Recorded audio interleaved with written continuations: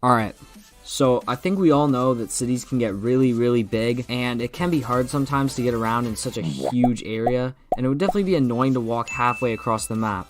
So we're going to be making some vehicles to make getting around the city much easier. So first, I'm going to be making a basic car, and then I'm going to be making a dealership, and then I'm going to make a special system that you can use to maybe get a few bucks off your car in the game. So I'm going to start by making the car model, which I didn't know shit about, so I found a good tutorial by Tech Insider.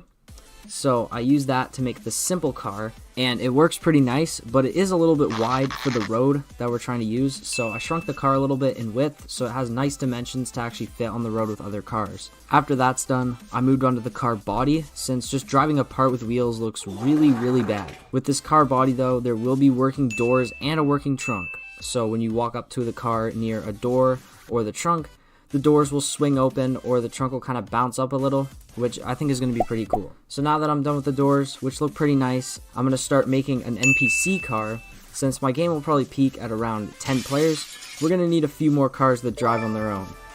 It's not going to be final, but it's going to be just basic so that we can build off it later for future updates on this game.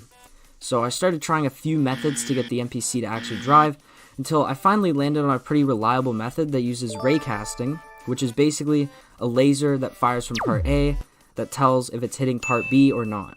This will make the car steer towards the part B in this case, so if I line up the points across a road, then the car will steer towards those points and follow a path.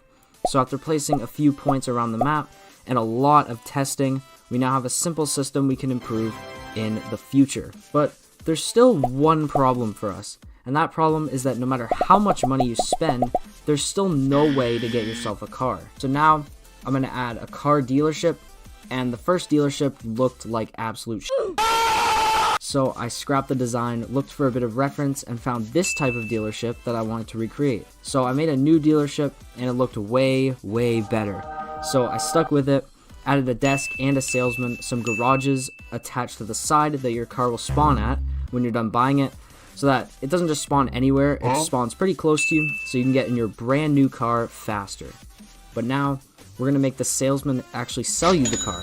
Now, unlike other driving games, he's not just going to give you the car, because you'll be able to negotiate for a lower price, which I think will give newer players an easier time buying a car, since they don't have to pay full price if they just negotiate effectively. But I can't add the system without the best part of every game, the animations. So for that, you already know, we're gonna hop into Blender and make the salesman animations.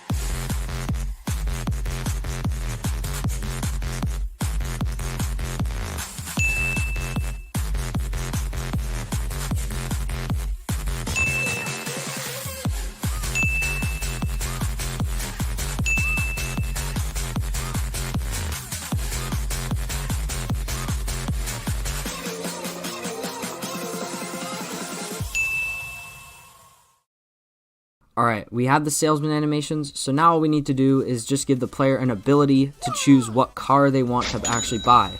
So it doesn't just default to a car that you don't like. This UI will show the picture of the car and a price, so you know which cars you like and which ones you can afford. Alright, so finally everything is finished, but there still is one problem. And that problem is that you don't actually have a choice with what car you want to get.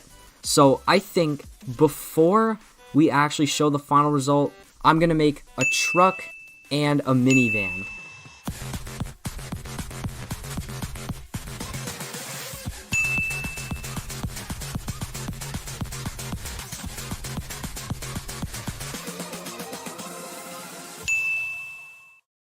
Alright, so now everything, absolutely everything is finished.